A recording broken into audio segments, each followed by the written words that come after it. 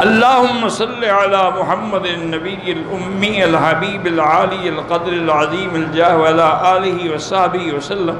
بارہ یہ درود پڑھنا ٹھیک ہے، لیکن یہ کسی حدیث میں نہیں کہ ہر جمعہ کی رات کو پڑھے تو حضور خود آئیں گے اس کو قبر میں اتاریں گے۔ یہ تم نے خود بنایا، حضور نے کسی صحابی کو قبر میں نہیں اتارا تو تیرے درود پڑھنے سے تمہیں اتاریں گے؟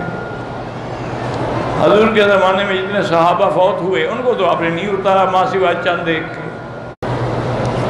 میں نے ایک مولوی سے سنا ہے کہ حضرت محمد مصطفیٰ کا جنازہ نہیں ہوا تو آپ پڑھ لیں،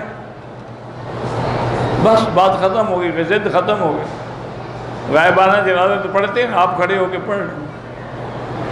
حضور کا جنازہ کیوں ہوتا؟ حضور تو معصوم ہیں، جنازے کی ضرورت تو ان کا ہے جن کے گناہ ہیں کہ ان کے لیے ہم بخشش کی دعا کریں۔ حضور کا جنازہ کیوں ہوتا؟ وہ تو صرف صحابہ نے درود پڑھا ہے، جنازہ تو نہیں پڑھا۔ قضا نماز اشراق کے بعد، اشراق سے پہلے نہیں۔ اگر کسی کو برے خیالات آتے ہیں جو بیان کے قابل نہیں، جب اللہ نے معاف کر دی ہے تو بیان کرنے کی ضرورت ہی نہیں، نہ فکر کرنے کی ضرورت ہے۔ جب بھی ایسے برے خیالات آئیں تو لا حول ولا قوت الا باللہ العلی العظیم پڑھتے رہو پھر آنا ختم ہو جائے۔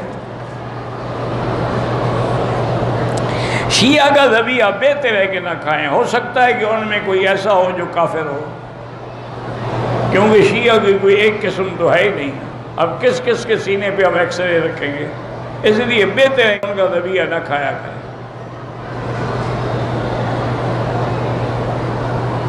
میرے ایک دوست نے مصنوعی بال لگوائے ہیں، اب پتہ نہیں وہ بال مسلمان کے ہیں یا کافر کے ہیں، بہرحال یہ تحقیق تو اس کو کرنی چاہیے تھی، لیکن جو بھی ہیں بہرحال ٹھیک ہے، وہ نماز پڑھے، سب کچھ کرے۔